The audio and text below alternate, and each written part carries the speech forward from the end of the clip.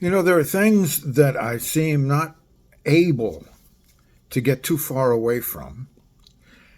And I'm fairly well convinced I don't want to, which is of no consequence, because what is of more consequence is I am more convinced I am being prevented from getting far from them.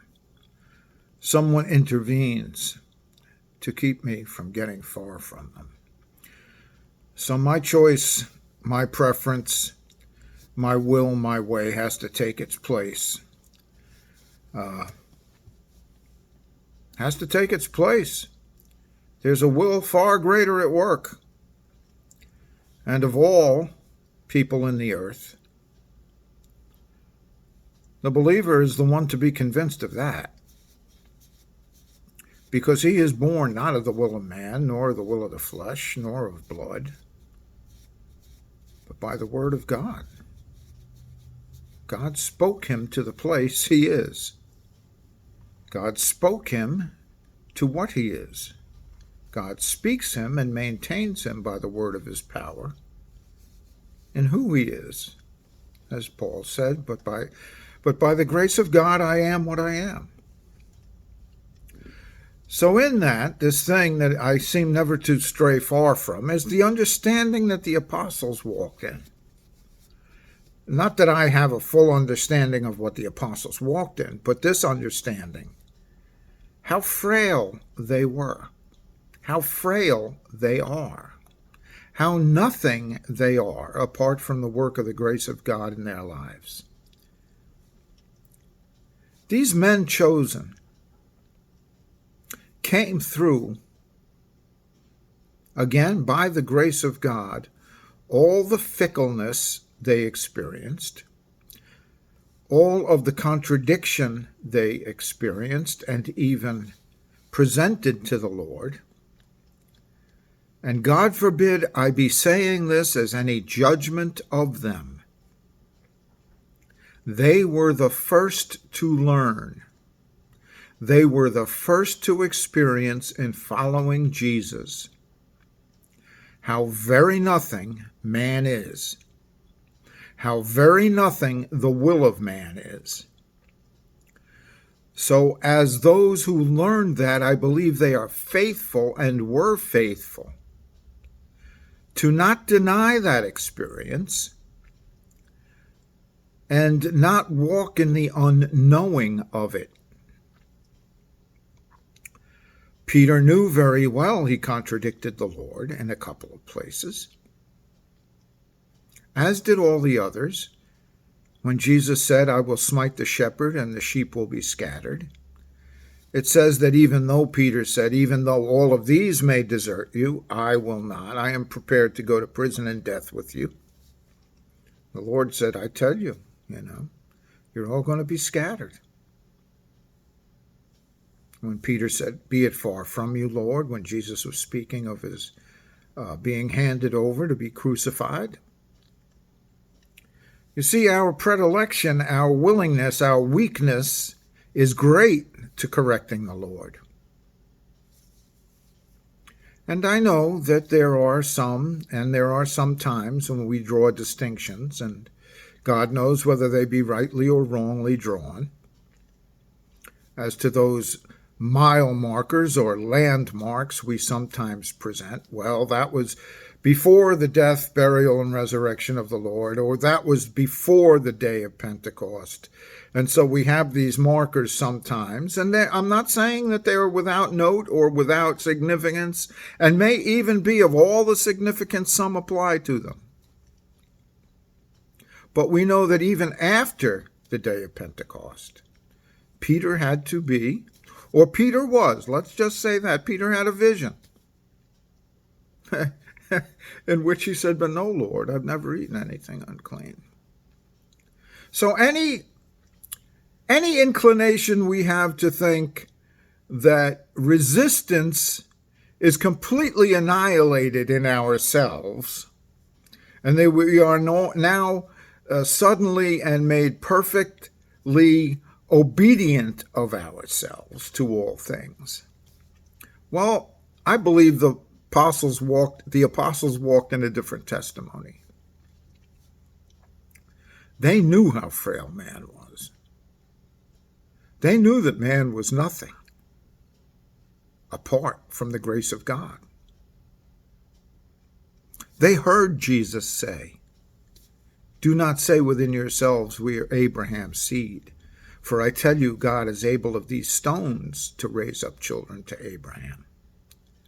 So anything a man takes a stand on as being special or anything like that, they heard Jesus say, before you go thinking you're special because of such and such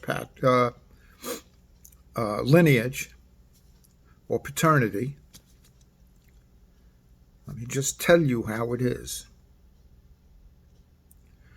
And so I believe in that. They walked, receiving as they received, being corrected as they were being corrected, learning as they were learning, not understanding as they were not understanding. What should we tell these new converts?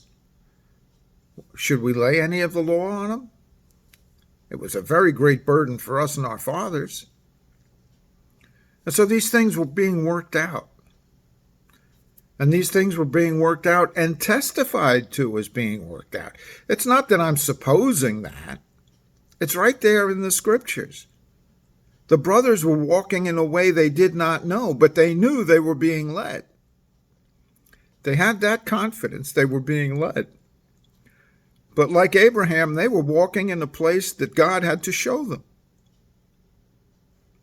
And so are we. And so are we. And so, after the crucifixion, we may find ourselves hiding. After the Lord's appearance, we may find ourselves a little bolder. After the day of Pentecost, we might find ourselves very bold, confronting those who crucified the Lord, telling them to their face they had unlawful hands. And then later, find we have to be reminded of a thing we were told at the ascension. All authority in heaven and earth has been given me, therefore go and make disciples of all nations. Was Peter in need to be reminded? God knows. God knows. If we link his vision with his visit to Cornelius, and his being astounded that the Gentiles were made able to receive the gospel, to the point that the whole church rejoiced. There's always for us this is that moment. You know, we read the scriptures, we come to certain things, but when God reveals the experience prepared, and we say, "Oh, this is that. This is that which was spoken of. This is that which was spoken of by the prophets. Your sons and your daughters shall prophesy. Your old men shall dream dreams." Oh, okay, this is the coming to that place. And we know even in this, Jesus had some things to say to the apostles that you're not ready to hear this now. But you will, and you'll understand. Even telling them, "Where I go, you cannot come, you cannot follow right now. But later you will." So there's always this progression. For us, it's God appointed. God forbid any of us deny that. But God forbid we let go of the understanding of how weak and frail we are. God forbid I do. And those of you who may stumble across this video, whatever, may God grant you grace to pray for me. God forbid I forget all of my shakiness, all of my places of resistance, all of my places of obstinacy, all of my places of correcting the Lord. You see, that we not have some kind of vain imagination that the apostle said, "Okay, now we got it all right. Time to write the Bible. Now we got this all worked out. Time to write the scriptures. That we see. We are men feeling our way in the Lord. And it's fine. It's okay. It's perfect. It's the only way it can be. Like the faith of Abraham, walking in a place we don't know. And learning. And again, God forbid I bring any of these things up as a judgment against anybody. God knows how much more guilty I am of all of it. But Abraham didn't know yet. Faith was there to cover for any fear he had regarding his wife Sarah. That he would even lie to the king about it. The very same faith that got him to leave all he knew in his father's house, leave all he understood, leave that all behind, to walk in the place I will show you, walk in a way you do not know, was the very same faith that would preserve him, keep him, and keep his. That there was no need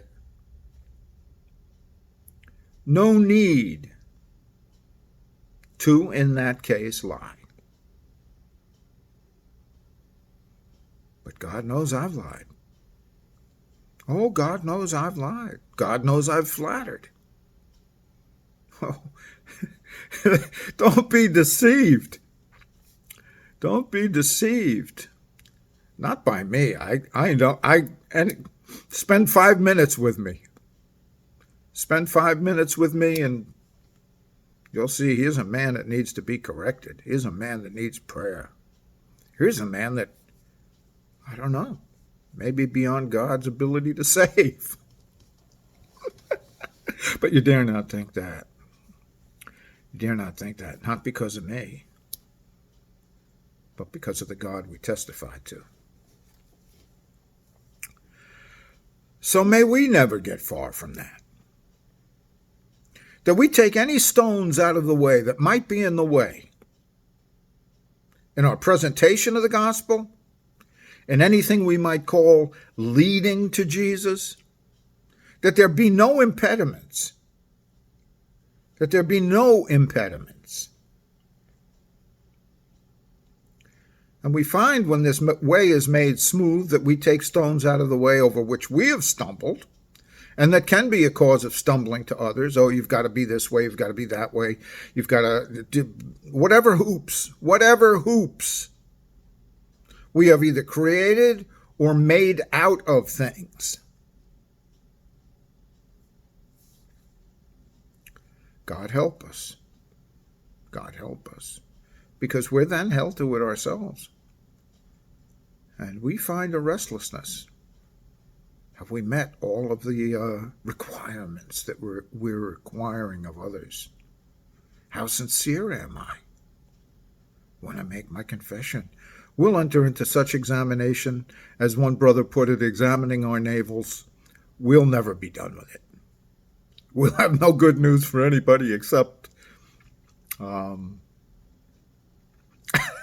have no good news. So bless you. Bless you if you stumbled across this. Bless you if you stumbled across me. Pray for that stone to be made out of the way. Out of the way. That Jesus be seen as clearly, presented as clearly as he is. To God's glory and even our salvation. So bless you.